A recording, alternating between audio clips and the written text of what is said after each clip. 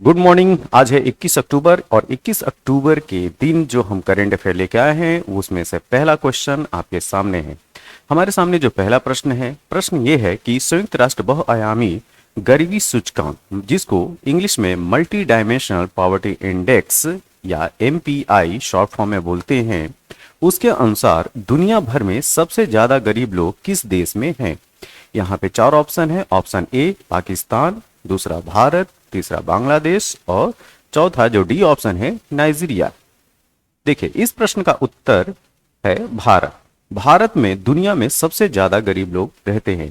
अभी हाल ही में ये रिपोर्ट जारी की गई है यूएनडीपी के द्वारा। तो थोड़ा सा हम लोग जानेंगे कि मल्टी डायमेंशनल पॉवर्टी इंडेक्स है क्या। देखिए, संयुक्त राष्ट्र विकास कार्यक्रम, जिसको यूनाइटेड नेशन डेवलपमेंट प्रोग्राम और ओपीएचआई द्वारा जारी बहुआयामी गरीबी सूचकांक एमपीआई रिपोर्ट के अनुसार 2005-6 से 2019-21 के बीच भारत में गरीब लोगों की संख्या में लगभग 41.5 करोड़ की गिरावट आई है। कितना? 41.5 करोड़ की गिरावट आई है। और अगर हम बात करें इस रिपोर्ट के अनुसार कि भारत में गरीब लोगों की संख्या कितनी है, तो वो संख्या है 228.9 मिलियन। ठीक है, तो भारत में दुनिया में सबसे ज्यादा गरीब लोग रहते हैं और यह संख्या है 228.9 मिलियन। इसके बाद जो नंबर आता है वो नाइजीरिया का आता है। नाइजीरिया में 96.7 मिलियन लोग जो है वो मल्टी डायमेंशनल पॉवर्टी के अंतर्गत आते हैं। ठीक है, अब हम बात करेंगे इसी स्लाइड में कि यूएनडीपी द्वारा जारी अन्य सूचकांक कौन कौन से हैं। तो हमारे सामने ये पूरी लिस्ट है। यहाँ पे आप देख सकते हैं कि यहाँ पे 5 इंडेक्स दिए गए हैं। पहला है ह्यूमन डेवलपमेंट इंडेक्स। अच्छा, अभी जो ह्यूमन डेवलपमेंट इंडेक्स जारी हुई है उसके अनुसार आप लोग ये बताइएगा कि भारत को कौन सा रैंक हासिल हुआ है। भारत को कौन सा स्थान जो है इस साल जारी एचडीआई ह्यूमन डेवलपमेंट इंडेक्स में क्या मिला है। तो इस प्रश्न का उत्तर जो है कमेंट बॉक्स में जरूर दीजिएगा आप लोग। ठीक, दूसरी जो इंडेक्स है वो inequality adjusted human development index. तीसरा है जेंडर डेवलपमेंट इंडेक्स। चौथा जेंडर इनइक्वालिटी इंडेक्स। और पांचवा जो आज हम लोग डिस्कस किए वो है मल्टी डायमेंशनल पॉवर्टी इंडेक्स। तो ये 5 प्रमुख जो है इंडेक्स हैं जो यूएनडीपी के द्वारा जारी किए जाते हैं। ये अक्सर यूपीएससी हो चाहे स्टेट कमीशन का एग्जाम हो, उसमें इससे संबंधित जो इंडेक्स हैं वो जरूर पूछे जाते हैं, तो इसको जरूर याद रखिएगा। ठीक है, अब आते हैं हम दूसरे प्रश्न पे। हमारे पास दूसरा प्रश्न ये है कि विश्व सांख्यिकी दिवस कब मनाया जाता है। ऑप्शन ए है 19 अक्टूबर, ऑप्शन बी है 15 अक्टूबर, सी ऑप्शन है 22 अक्टूबर और डी ऑप्शन है 20 अक्टूबर। इस प्रश्न का सही उत्तर है 20 अक्टूबर।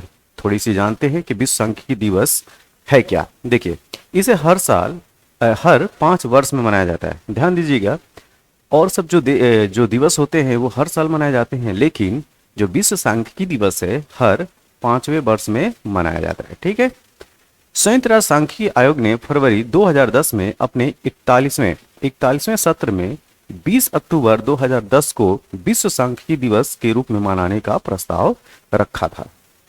तो ये कहानी कहां से स्टार्ट होती है? ये कहानी स्टार्ट होती है संयुक्त राष्ट्र सांख्यिकी आयोग द्वारा। कब? 2010 से। तो उस समय जो डिसाइड किया है कि 20 अक्टूबर को क्या मनाएंगे, विश्व सांख्यिकी दिवस मनाए जाएंगे। और यह दिवस जो है हर 5वें साल मनाया जाता है।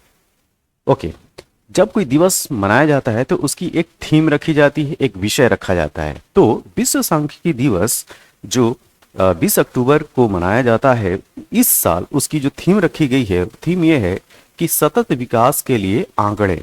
क्या? Statistics for sustainable development. सतत विकास के लिए आंकड़े इस वर्ष की विश्व सांख्यिकी दिवस का विषय है।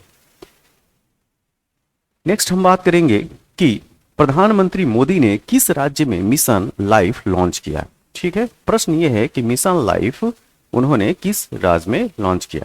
तो यहाँ पे 4 ऑप्शन है, उत्तर प्रदेश, हिमाचल प्रदेश, गुजरात और मध्य प्रदेश। इस प्रश्न का सही उत्तर है गुजरात।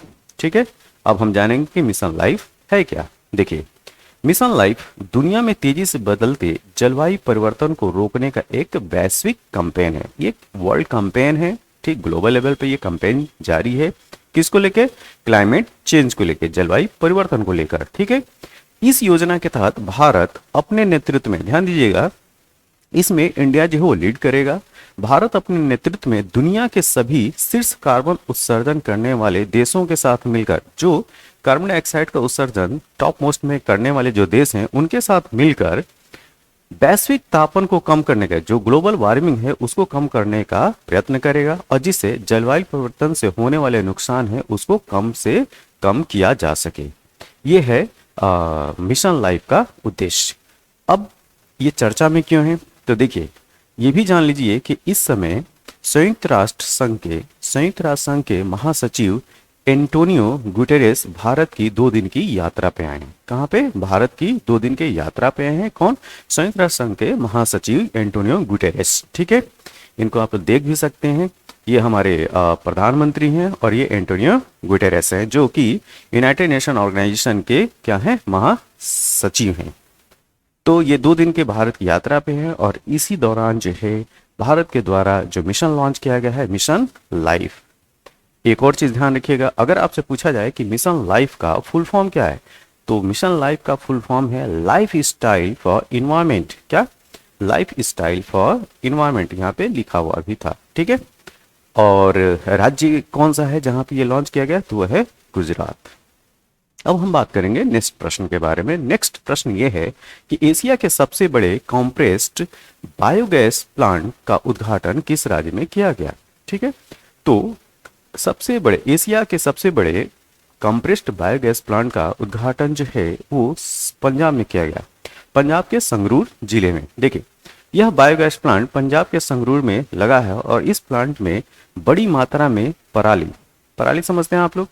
जब खेती करने के जब फसलों की कटाई करने के बाद जो उनका जो रेसिड्यू बचता है उसको हम लोग पराली बोलते हैं। ठीक है, पराली को कच्चे माल के रूप में इसका उपयोग किया जाएगा, और पराली से जो कॉम्प्रेस्ड बायोगैस बनेगी, CBG, ठीक, कॉम्प्रेस्ड बायोगैस बनेगी, उसका उपयोग CNG, कॉम्प्रेस्ड नेचुरल गैस की तरह गाड़ी चलाने में, और जो हम लोग के घरों में जो इस्तेमाल होती है LPG, लिक्विफाइड पेट्रोलियम गैस, उसके तहत खाना पकाने के में हो सकेगा। ठीक है, तो इसका उपयोग जो है कॉम्प्रेस्ड नेचुरल जो बायोगैस है उसका उपयोग जो है वो CNG, कॉम्प्रेस्ड नेचुरल गैस, और LPG, लिक्विफाइड पेट्रोलियम गैस के तहत किया जाएगा, या उस तरीके से किया जाएगा। अब हम बात करेंगे लास्ट प्रश्न के बारे में। ठीक है, ये एग्जाम के पॉइंट ऑफ व्यू से जो है वो उतना इंपॉर्टेंट नहीं है, लेकिन जान लीजिए, भारतीय राष्ट्रीय कांग्रेस के अध्यक्ष के रूप में किसे चुना गया है? ठीक है, प्रश्न ये है कि भारतीय राष्ट्रीय कांग्रेस के अध्यक्ष के रूप में किसे चुना गया? अभी जो है वो इलेक्शन हुआ था। तो यहाँ पे आपके पास 4 ऑप्शन है, मल्लिकार्जुन खड़गे, सोनिया गांधी, शशि थरूर और प्रियंका गांधी।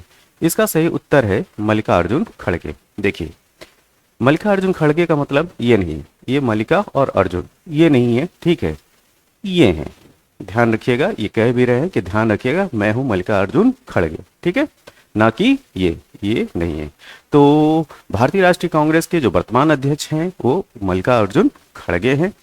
ओके, मैं आशा करता हूं कि यह 21 अक्टूबर का जो करंट अफेयर है वो आपको अच्छा लगा होगा, या जैसा भी लगा होगा जरूर हमें बताइएगा कमेंट करके। हम इसमें जो है वो पर डे सुधार करने की कोशिश करेंगे। तब तक के लिए थैंक यू, धन्यवाद।